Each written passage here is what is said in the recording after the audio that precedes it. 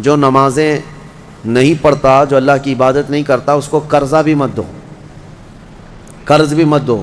کہا کیوں؟ قرض سے اس کا کیا تعلق؟ کہا جو اللہ کا قرض نہیں ادا کر رہا وہ تمہارا کیا ادا کرے گا؟ قرض نہیں بلکہ اللہ کا فرض ہے۔ جو اللہ کا فرض نہیں ادا کر پا رہا ہو جبکہ وہ اس کا خالق ہے، تمہارے سے کیا تعلق ہے؟ انسانوں کا زیادہ سے زیادہ چند دنوں تک دوستی ہو سکتی ہے، یا رشتے بھی ہیں تو سانس تک، اس کے بعد کہاں تعلق ہے تمہارے؟ قیامت کے دن تو ماں بیٹے کو نہیں پہچانتی، بیٹا باپ کو نہیں پہچانتا، لیکن بندے اور خالق کا رشتہ تو ہمیشہ سے ہے اور ہمیشہ رہنے والا ہے۔ تم جب نہیں پیدا ہوئے تھے تب بھی تمہارا خالق اللہ ہی ہے، یعنی تمہیں نطفے سے لے کر کے یہاں تک لایا، یہاں بھی تمہارا خالق وہی ہے۔ قیامت کے دن جب وہ تمہیں دوبارہ اٹھائے گا تب بھی وہ تمہارا خالق ہے۔ خالق کا بندے سے رشتہ کبھی ختم نہیں ہوا۔ تو جو بندہ اپنے خالق کے ساتھ مکمل نہیں ہو سکا تو پھر وہ دوسرے کے ساتھ کیسے ہو سکتا ہے؟ دوسرے کے ساتھ اس کے کیا سلوک ہو سکتے ہیں؟ اسی لیے قرآن میں اللہ فرما رہا ہے کیا تم یہ سوچ کر کے بیٹھے ہو کہ ہم نے تمہیں خالی پیدا کیا ہے اور کیا تم نہیں لوٹائے جاؤ گے؟ ہماری طرف لائے جاؤ گے، ہر ایک لوٹائے جائے گا، ہر ایک۔ ابھی چند دنوں پہلے کی ایک بات ہے، ایک چھوٹا سا رسالہ، ایک لٹریچر جو گوتم بدھ کی عبادت کرتے ہیں ان لوگوں کی طرف سے تھا کہ دنیا کا ایک بہت اعلیٰ ذہن کا انسان تھا، اس نے بہترین تعلیمات دی تھی، تو اس پر کسی نے، ایک مسلمان نے نقطہ لگایا تھا اور ان سے بحث ہو رہی تھی جو بدھسٹ ہیں۔ وہ یہی کہہ رہے تھے کہ آپ بدھا کی جو عبادت کرتے ہیں کیوں کرتے ہیں؟ کہا کہ وہ مہان آدمی ہے، مہان انسان ہے، مہان آدمی تھا، بڑے اچھے اخلاق تھے، بڑی اچھی تعلیمات دنیا کو دی۔ تو پھر پوچھنے والے نے پوچھا کہ وہ کہاں ہیں؟ کہا وہ تو چلے گئے۔ کب؟ کہا برسوں ہو گئے، 2500 سال پہلے تو انتقال ہو گیا، مر گئے۔ کہا آئے تھے اور چلے گئے۔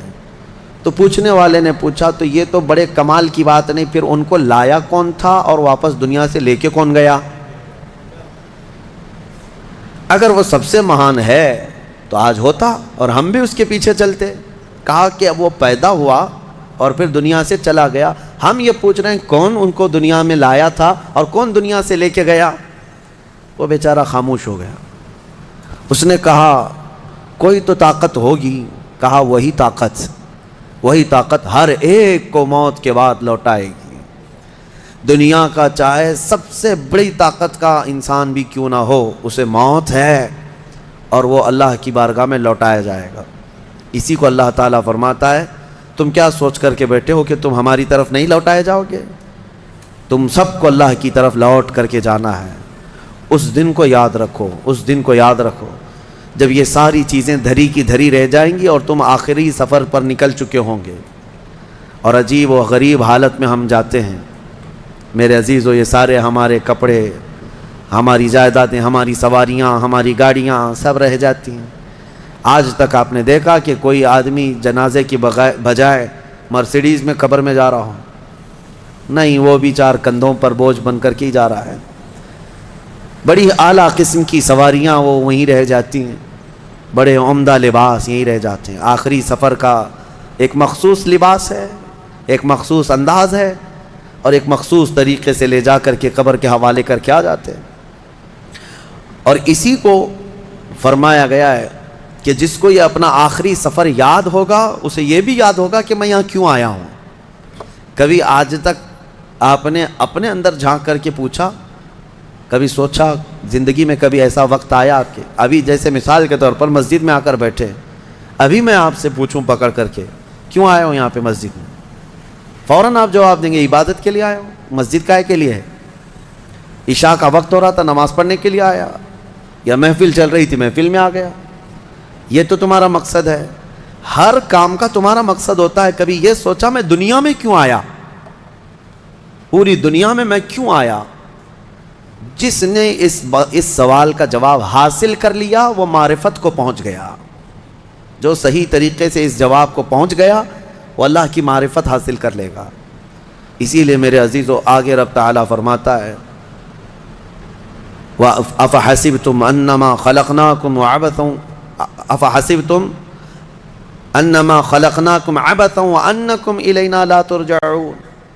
حضرت موسیٰ علیہ الصلاۃ والتسلیم کے متعلق ایک بات ملتی ہے، ایک چھپکلی تھی دیوار پر چل رہی تھی، موسیٰ علیہ السلام نے پوچھا مولا اس کا کیا کام ہے، اس کا کیا کام ہے، یہ کیوں پیدا ہوئی ہے؟ چھپکلی کا ضروری نہیں کہ ہر ایک کی حکمت آپ کو معلوم ہو کون دنیا میں کیوں آیا۔ اللہ نے کوئی بھی چیز بغیر فائدے کے نہیں پیدا کی۔ رب تبارک و تعالیٰ نے ارشاد فرمایا موسیٰ تھوڑی دیر پہلے چھپکلی نے مجھ سے پوچھا کہ موسیٰ کو مولا تو نے کیوں پیدا کیا؟ حضرت موسیٰ علیہ السلام کا کیا کیا کام ہے، یہ ضروری نہیں کہ مخلوقات کو ایک دوسرے کی حکمتیں معلوم ہوں، ضروری نہیں ہے، لیکن اللہ تعالیٰ عبث بغیر کسی وجہ کے محض کسی کو نہیں پیدا کیا۔ بس اپنے مقصد زندگی کو سمجھو اور فالتو اپنی زندگی کو ضائع مت کرو۔ جو لوگ بیٹھے اسی طرح سے اپنی زندگی کو ضائع کر رہے ہیں ان نوجوانوں کو ایک دن احساس ہو جائے گا کتنی قیمتی چیز دنیا میں ضائع کر دیا انہوں نے، کتنی قیمتی چیز، کروڑوں کا معجون ملا کر کے بھی بڑھاپے کو جوان کر کے دکھا دو۔ یہ گیا وقت پھر ہاتھ آتا نہیں، صدا دور دورہ دکھاتا نہیں۔ آپ جس طرح سے تیزی سے اس دنیا کو کاٹتے ہوئے جا رہے ہیں، میاں ہم تو منٹ منٹ گن رہے ہیں، آج دیکھیں ہم 15 تراویح پڑھ چکے ہیں الحمدللہ، ابھی تو ہم چاند کے انتظار میں تھے۔ یوں ہی وقت آئے گا، اللہ آپ کو سلامت رکھے، ہماری زندگی کا بھروسہ نہیں، اگلا رمضان بھی پھر آپ بیٹھیں گے۔ بہت تیزی سے آپ کی زندگیاں گزرتی جا رہی ہیں اور اچانک ایک دن اعلان ہو جائے گا فلاں کا بیٹا انتقال کر چکا، جنازے میں حاضر ہو جاؤ۔ یہی زندگی ہے، اسی لیے عبث اپنی زندگی کو ضائع نہ کریں۔ جو زندگی کے لمحات ہیں ان میں کچھ نہ کچھ انویسٹ کر دو تاکہ قیامت کے دن شرمندہ ہونا نہ پڑے، ذلیل ہونا نہ پڑے، رسوا ہونا نہ پڑے۔ بہرحال دوسری سورہ ہم نے جو تلاوت کی سورۃ النور، سورہ نور ہے، اس میں احکام بہت سارے آئے ہیں۔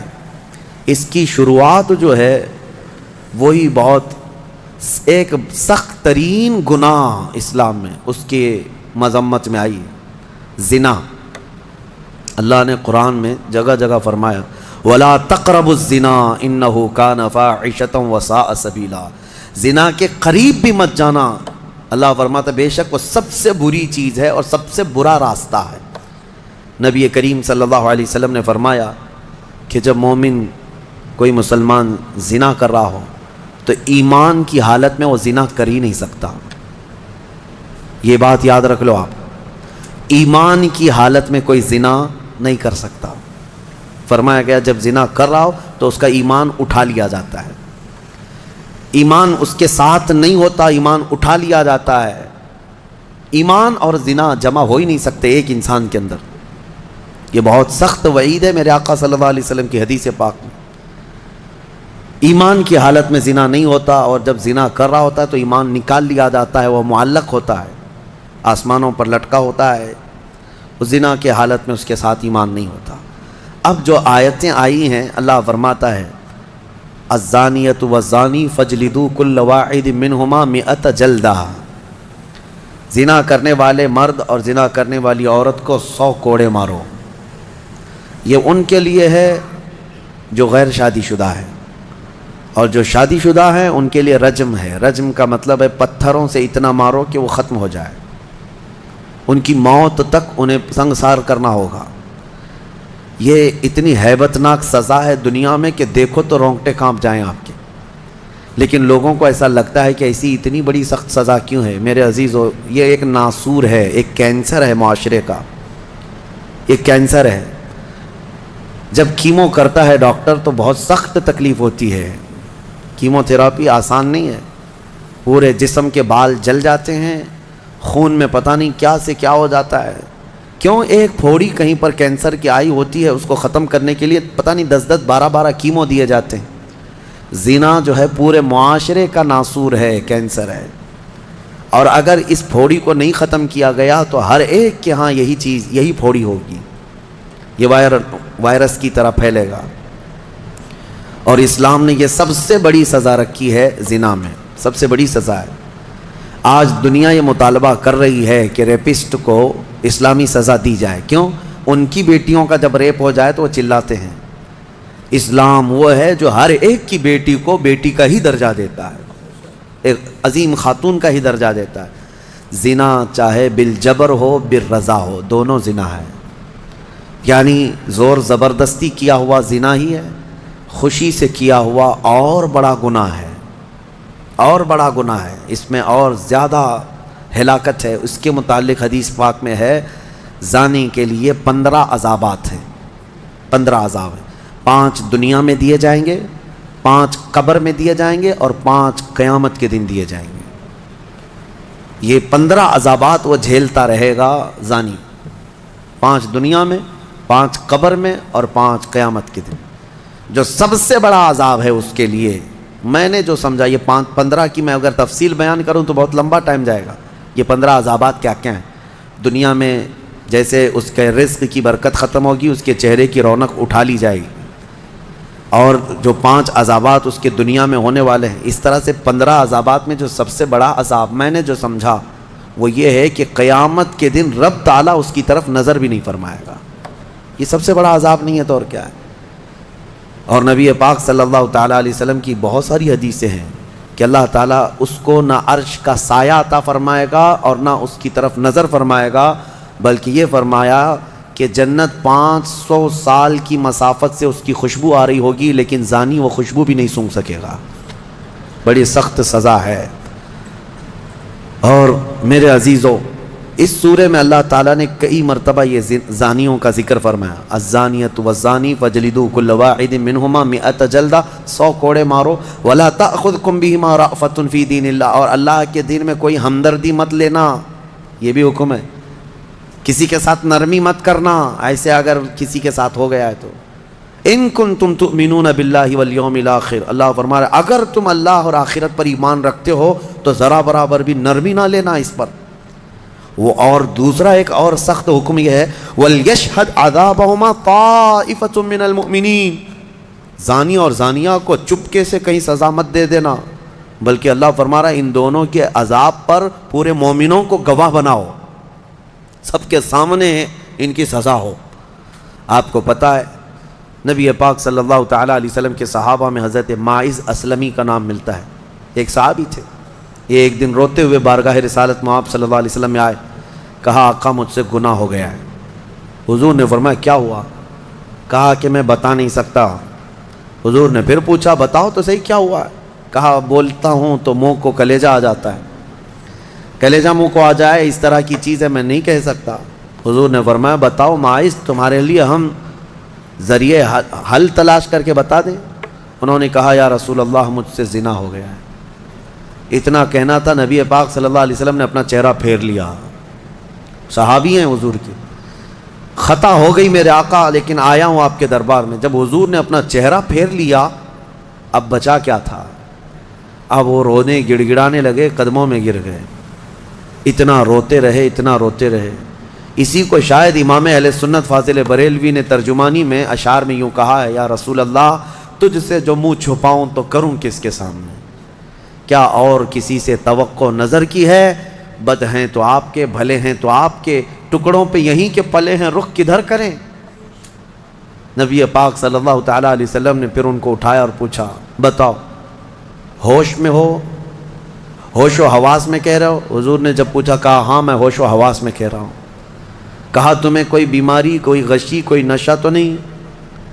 کہا نہیں میں ہوش و حواس میں کہہ رہا ہوں۔ 3 مرتبہ جب پوچھا تو انہوں نے اقرار کیا۔ صحابہ سے میرے آقا نے فرمایا دیکھو ماعز اقراری مجرم ہے، اسلام میں سزا ہے، یہ شادی شدہ ہے، لے جاؤ اس کو سنسار کر دو، سنسار کرو۔ خود میرے آقا صلی اللہ علیہ وسلم سزا میں تو نہیں گئے، صحابہ کے حوالے کر دیا۔ اب وہ مدینے میں ایک پہاڑی ہے جبل انم، وہاں پر لے جایا گیا اور پہاڑ کے اوپر سے ماعز اسلمی کو ڈھکیل دیا گیا۔ وہ لڑکتے ہوئے نیچے آئے، تھوڑا سا بہت اونچی پہاڑی نہیں ہے، وہ چھوٹی پہاڑی ہے۔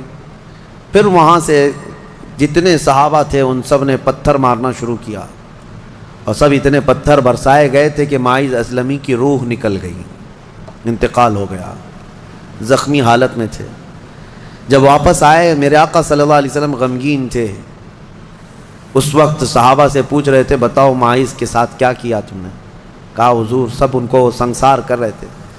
ایک صحابی آگے بڑھ کر کہتے میرے ہاتھ میں اونٹ کی ہڈی تھی، وہ لے کر کے میں نے مارا تو ماعز کی کھوپڑی پر لگ گیا، خون کا فوارہ اچھل کر میرے بدن پہ آیا۔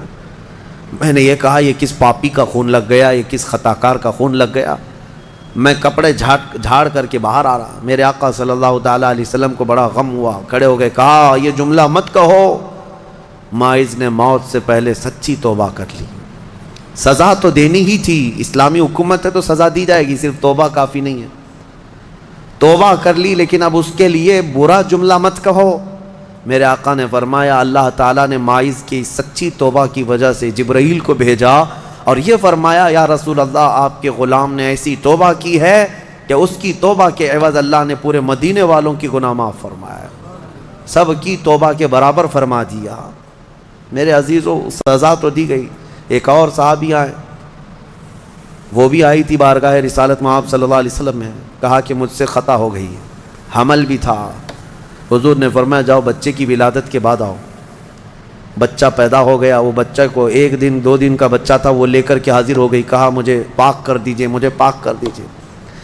ان صحابہ کو یہ ڈر تھا کہ قیامت کی سزا بہت سخت ہے، دنیا ہی میں لے لو بہتر ہے، بہت عظیم ہے سزا جو قیامت کے متعلق فرمایا گیا۔ وہاں تو ہلکی سزا یہ ہے زنا پر کہ فرشتے لوہے کی سلاخ جو ہوتے ہیں وہ گرما کر کے ان کی شرمگاہوں پر مار رہے ہوں گے، اور ان کی شرمگاہوں سے جو پیپ نکل رہا ہوگا محشر کے دن، فرمایا کہ ان کی بدبو سے پورے محشر والے کانپ رہے ہوں گے۔ زانیوں کی جو ہلکی سزا ہے، پھر جہنم کی سزا کا تو کیا شمار ہی نہیں۔ لیکن یہ صحابیہ آئیں، کہا کہ حضور نے فرمایا بچہ ہونے کے بعد اور بچہ لے کر کے پھر آئی۔ حضور نے فرمایا ابھی تو پیدا ہوا بچہ، اس کا حق ہے، اس کو جاؤ دودھ پلا کے آؤ۔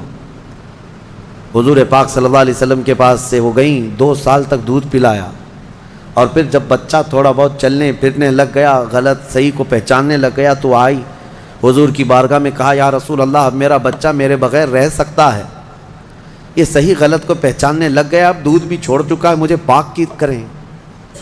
وہ کیسی خواتین تھیں اس وقت بھی، چاہتے تو بہانے بنا لیتے، میں نے کیا ہی نہیں، خود اقرار کر کے انہیں پاک ہونا ہے۔ اللہ کی بارگاہ میں یہ عیب اور یہ دھبا لے کر نہیں جانا چاہتا۔ پھر ان کے سنسار کا بھی حکم دیا گیا، اس خاتون پر بھی سنساری ہوئی یہاں تک کہ ان کی موت واقع ہو گئی۔ میرے عزیز و اسلام میں بڑی عظیم سزائیں ہیں، صرف میں یہ دنیاوی سزا آپ کو سنا رہا ہوں، اس سے گیس کر سکتا ہے آدمی دنیا میں جو ہائیسٹ سزا ہے اسلام میں وہ زنا پر ہے، لیکن یہ بھی کہا گیا ہے کہ یہ صرف اور صرف 100 میں سے 99 حصہ بھی اس کا یہاں سزا نہیں دی جا رہی، باقی 99 درجے زیادہ حشر کے دن اس کی سزا ہے۔ اگر وہ توبہ کے بغیر مر گیا، اگر وہ پاک ہوئے بغیر مر گیا، اس سے 100 گنا 99 گنا زیادہ جو یہاں دنیا میں سزا دی جا رہی، اس کا 99 درجے زیادہ حشر کے دن وہ سزا پائے گا۔ اسی لیے وہ دن یاد کر کے ہی جان پگھل جاتی ہے، جسم تھر تھر کانپنے لگتا ہے، وہ قیامت کا منظر۔ اللہ کریم ہمیں ان تمام برے فواحشات سے محفوظ فرمائے۔ اس سورہ میں اللہ تعالیٰ نے فرمایا یا ایھا الذین آمنوا لا تدخلوا بیوتا غیر بیوتکم حتی تستأنسوا وتسلموا علی اہلہا، اے ایمان والو دوسروں کے گھروں میں ڈائریکٹ ایسے داخل مت ہو جاؤ جب تک کہ تم سلام نہ کر لو، یہ تمہارے لیے بہتر ہے۔ گھر میں جانے کے آداب میرا مولا سکھا رہا ہے، ڈائریکٹ گھس نہ جانا کسی کے گھر میں، سلام کرو پہلے، اور آگے پوچھ رہے ہیں، آگے کی باتیں بتاتا ہوں۔ دروازے پر کھڑے ہو کر کے دستک دو، 3 مرتبہ دستک دینا ہے، اگر 3 بار میں بھی جواب نہیں آیا تو فرمائے گا واپس پلٹ جاؤ، اس کے پیچھے نہ لگ جاؤ۔ وَإِن قِيلَ لَكُمُ ارْجِعُوا فَارْجِعُوا، اگر کہہ دیا جائے کہ لوٹ جاؤ تو لوٹ جاؤ، اور لوٹ جانے کے لیے کچھ جگہ پر کہا جاتا ہے اور کچھ جگہ اشارے مل جاتے ہیں۔ جواب نہیں آ رہا ہے گھر کے اندر سے تو وہاں سے نکل جانا چاہیے۔ آگے آیت میں ہے لَيْسَ عَلَيْكُمْ جُنَاحٌ أَن تَدْخُلُوا بُيُوتًا غَيْرَ مَسْكُونَةٍ فِيهَا وَمَتَاعٌ لَكُمْ، ہاں ایسا کوئی گھر ہے جس میں کوئی رہتا ہی نہیں ہے تو اس گھر میں ایسی بغیر کسی کو سلام کیے ایسی داخل ہو گئے تو اللہ فرما رہا ہے کوئی گناہ نہیں ہے، تمہارا سامان رکھا ہوا ہے کسی گھر میں لیکن رہنے والے کوئی نہیں ہے. یہاں پر یہ احکام متفرع ہوتے ہیں. تمہارا ہی گھر ہے, تم نے کسی کو کرائے سے دے رکھا ہے, تب بھی تمہیں اس گھر میں جانے کی اجازت نہیں جب تک کہ کرایہ دار رہ رہے ہیں. باہر سے سلام کرو, اور سلام کرنے کے اہل نہیں ہیں تو دستک دو. ضروری نہیں ہے کہ صرف سلام کے ذریعے ہی سے لوگوں کو پہچانا جائے. سلام کے اگر اہل نہیں ہیں وہ لوگ جو رہ رہے ہیں تو دستک دو, اس لیے کہ کون کس حالت میں بیٹھا ہوا ہے یا بیٹھی ہوئے تمہیں اندازہ نہیں.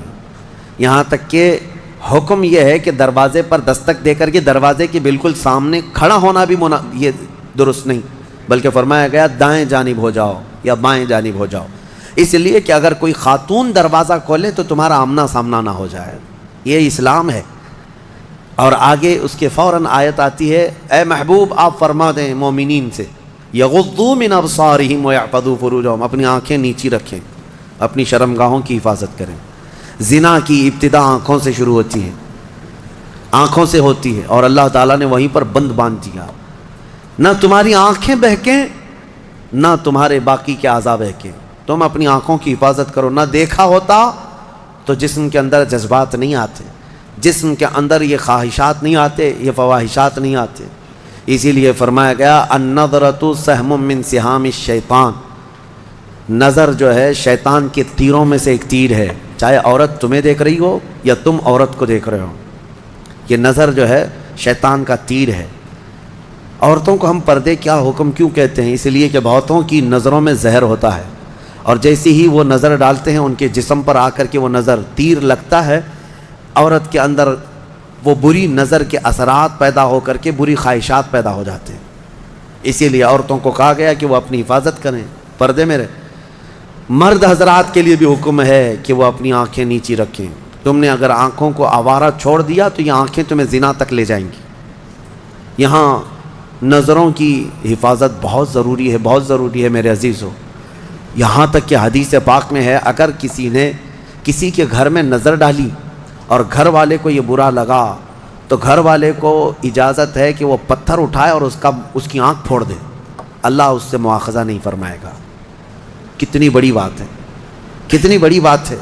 اگر گھر والے نے آنکھ پھوڑ دیا تو اللہ اس کا مواخذہ نہیں فرمائے گا. کیوں؟ گھروں کی عزت کے لیے اللہ تعالیٰ نے اتنے سخت طریقے سے قوانین بنائے. اسلام جو ہے سوسائٹی چاہتا ہے, یہ نہیں ہے کہ یہ یورپ امریکہ کی طرح عیاشی, کوئی کسی کے ساتھ کوئی کسی کے ساتھ, کون کس کا بچہ ہے کون کس کا باپ ہے پتہ ہی نہیں. اسلام میں نسب اور نسل کا بہت زیادہ اہتمام ہے, بہت زیادہ اہتمام ہے.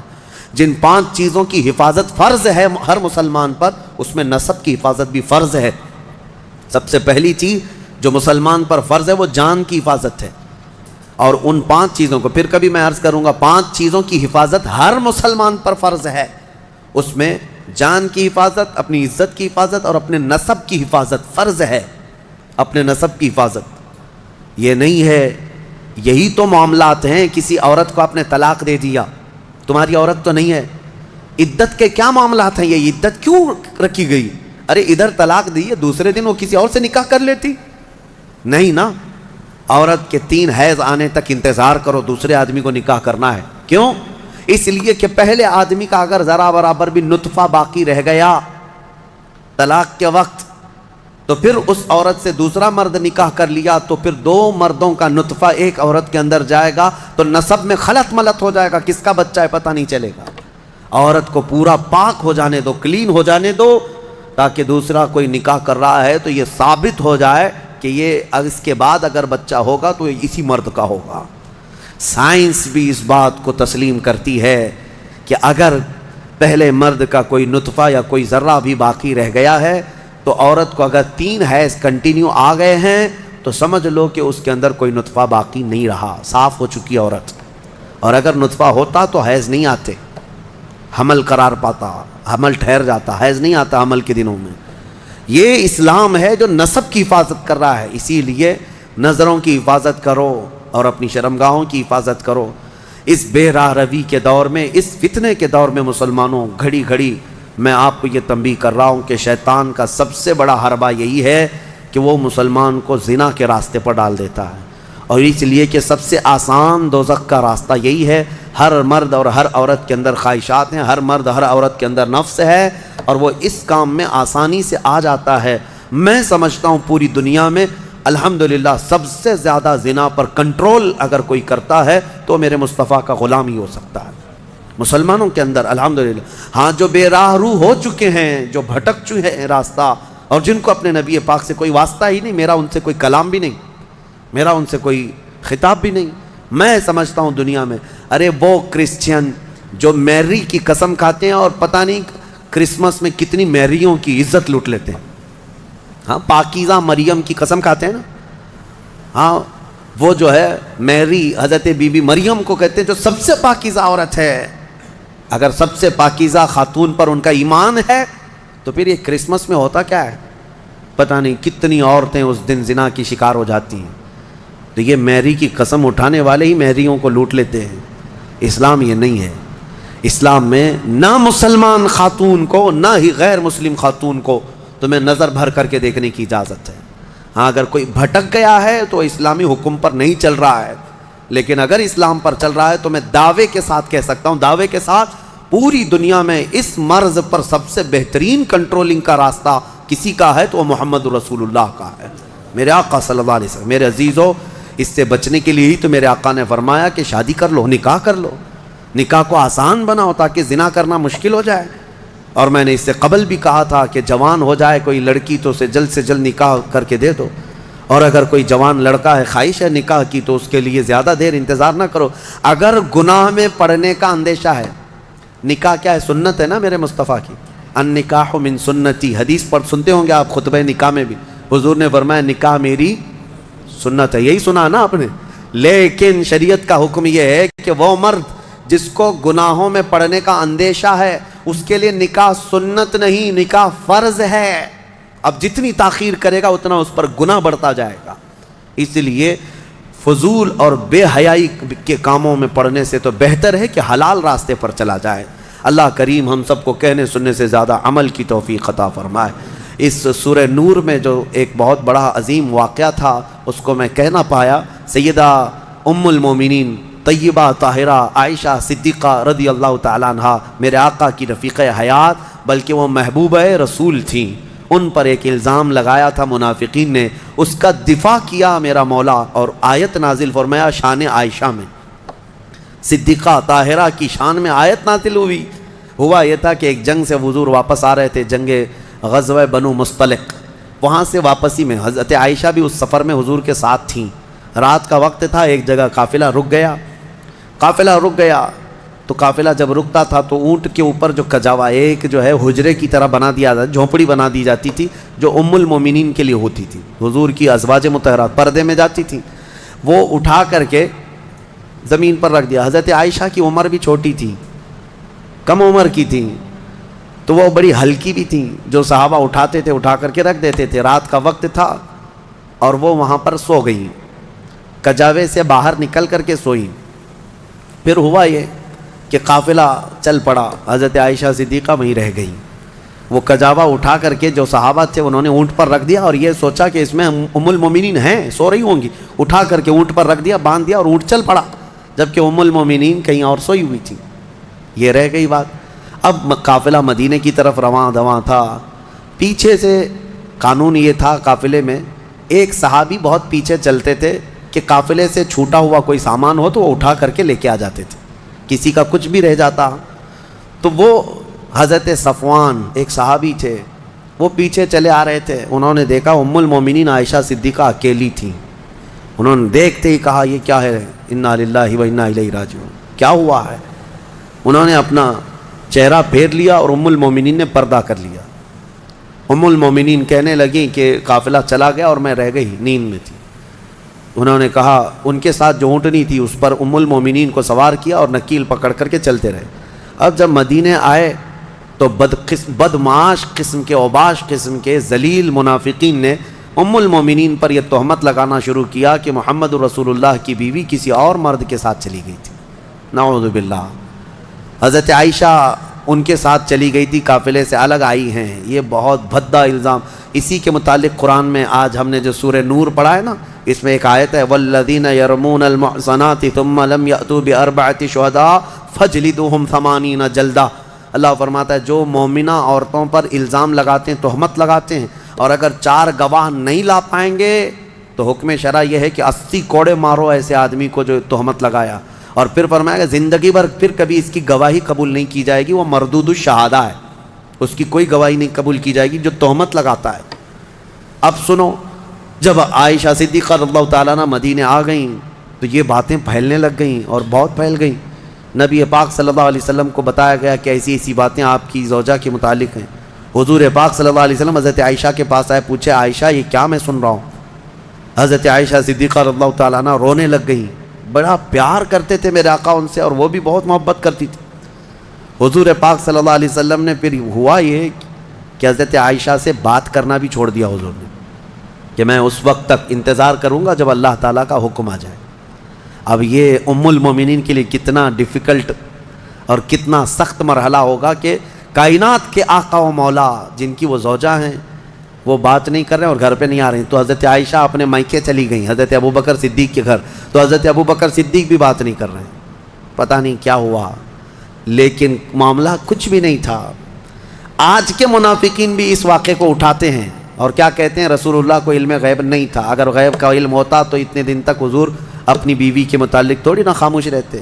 اس وقت کے منافق تہمت عائشہ صدیقہ پہ لگا رہے تھے، آج کے منافق جو ہے حضور پاک پر یہ تہمت لگاتے ہیں علم غیب نہیں تھا۔ سنو، میں دونوں مسئلے حل کرتا ہوں، اس کا حل بتاتا ہوں۔ یہ صحابہ کا بڑا امتحان تھا، 1 مہینے تک یہ معاملہ چلتا رہا مدینے میں۔ حضرت عمر فاروق رضی اللہ تعالیٰ عنہ کو حضور نے بلایا، ایک باری باری ہر ایک سے پوچھنے لگے۔ حضرت عمر سے پوچھا تمہارا کیا خیال ہے عائشہ کے بارے میں، یہ جو تہمت لگائی گئی ہے، یہ جو افواہ ہے؟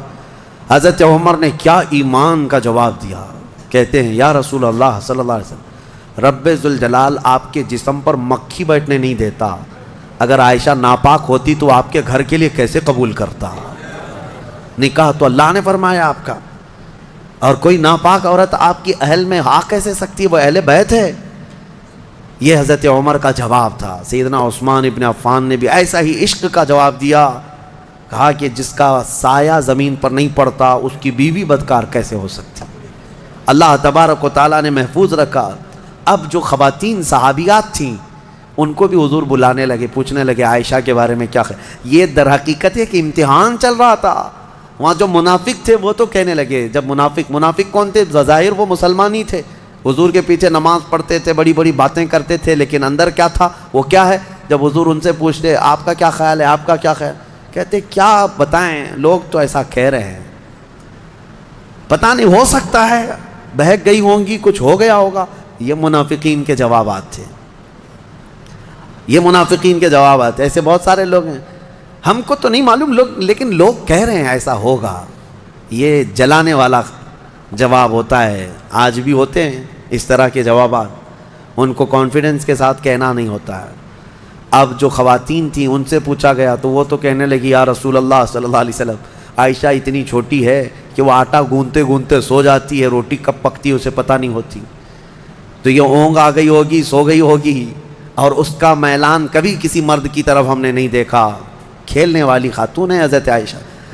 نبی پاک صلی اللہ تعالیٰ علیہ وسلم نے یہ سب سے پوچھا، اس کے بعد مہینہ بھر گزرنے کو تھا، آیتیں نازل ہو گئی سورہ نور میں، اللہ تعالیٰ نے پوری برات ظاہر فرمائی، ارشاد فرمایا بے شک وہ لوگ جو الزام لگاتے ہیں بغیر کسی سبب کے وہ بڑے ظالم ہیں۔ ماں عائشہ صدیقہ کی برات میں جب آیت نازل ہوئی، حضور آئے حضرت عائشہ کے گھر، حضرت ابوبکر صدیق کو بتا دیا تھا کہ آیت عائشہ کی برات میں صفائی میں نازل ہو گئی ہے، تو پھر حضرت ابوبکر بھی دوڑے دوڑے عائشہ صدیقہ کو خبر دینے چلے گئے، اور جب حضرت عائشہ نے یہ خبر سن لی تو اس قدر اس دن خوشیوں سے پھولے نہ سما رہی تھی کہ نبی پاک صلی اللہ تعالیٰ علیہ وسلم جب گئے گھر تو وہ ان کی محبت کا معاملہ تھا۔ حضور ان سے بات کر رہے تھے تو حضرت عائشہ حضور کے سامنے نہیں آ رہی تھی، کہا نہیں میں پہلے آپ سے نہیں بات کروں گی، میں پہلے اس مولا کا سجدہ ادا کروں گی جس نے میری برات کا اظہار فرمایا۔